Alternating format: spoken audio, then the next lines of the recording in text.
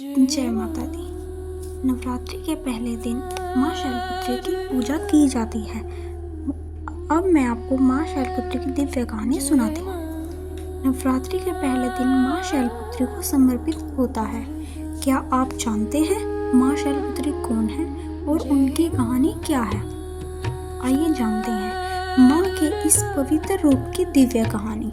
नवरात्रि के पहले दिन माँ शैलपुत्री की पूजा की जाती है। माँ शैलपुत्री माँ दुर्गा का पहला रूप है। शैल का अर्थ होता है पहाड़ और पुत्री का मतलब होता है बेटी, इसलिए माँ शैलपुत्री को पर्वतराज हिमालय की पुत्री कहा जाता है। पौराणिक कथाओं के अनुसार माँ शैलपुत्री अपने पिछले जन्म में राजा दक्ष की पुत्री सती थी। माँ सती ने भगवान शिव से विवाह किया था, लेकिन राजा दक्ष को ये विवाह पसंद नहीं था।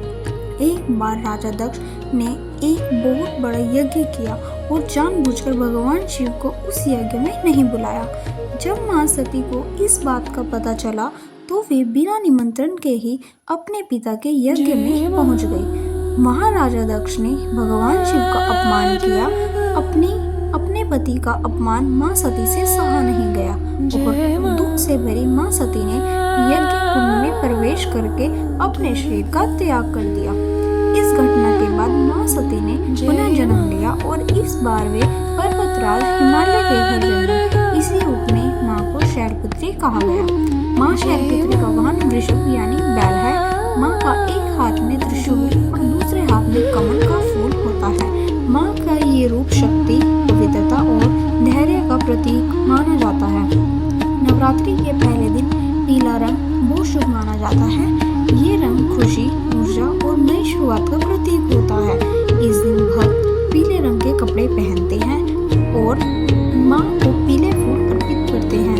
भोग की बात करें तो नवरात्रि के पहले दिन माँ शैलपुत्री को देसी घी का भोग लगाया जाता है। इसके साथ भक्त माँ को सूजी का हलवा, खीर या मिश्री भी अर्पित करते हैं। कहा जाता है कि माँ को घी अर्पित करने से भक्तों को सेहत और शक्ति का आशीर्वाद मिलता है।